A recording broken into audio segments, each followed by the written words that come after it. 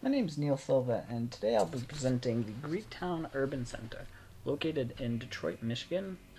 The site is a historically rich area with a lot of commercial and entertainment value, and through sort of site exploration, I come across obviously the large array of parking and open space, and in my attempt to sort of fill the void with this sort of new urban fabric that allows for more organic community development that sort of grows and shrinks with basically the need to avoid sort of old buildings that sort of deteriorate and just sit there abandoned. So through the design proposal, creating infrastructure that, if abandoned, allows for basic amenities such as shelter and MEP and ventilation, and allow basically nature to reclaim the existing conditions, assuming that development has sort of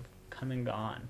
So through this sort of modular construction, it allows ownership of basically the materials that people can sort of plug in as development occurs in one area, and as it declines, there's sort of the ability for density to sort of move away without causing significant harm to the existing site. And as I said, as density moves away, the nature is allowed to sort of reclaim the space.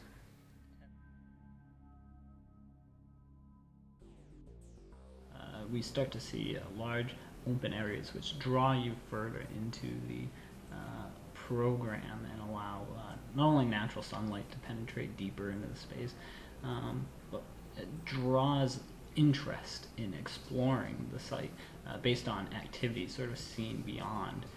Here we sort of walk through the farmers market and get a sense for a stage area which street performers can actually be giving a performance to, and essentially vendors are sort of scattered throughout and share related spaces. Walking through here, basically a pedestrian thoroughfare which connects the existing activity of the Greektown area into the actual new site and proposal. And as we start to walk around the site, there's a existing building and park at the corner of the site here, and basically underutilized. So through community activities such as film night and having sort of a corner store which supplements being able to serve popcorn and activate this park as sort of a drive-in movie theater, and then sneaking around here through the alleyway, creating this environment that reflects sort of Greek heritage of sitting outside next to food stands and restaurants, and being able to sort of just next to the old brick building, and get a sense for what the existing conditions are and how it's sort of been improved with this sort of new design implementation.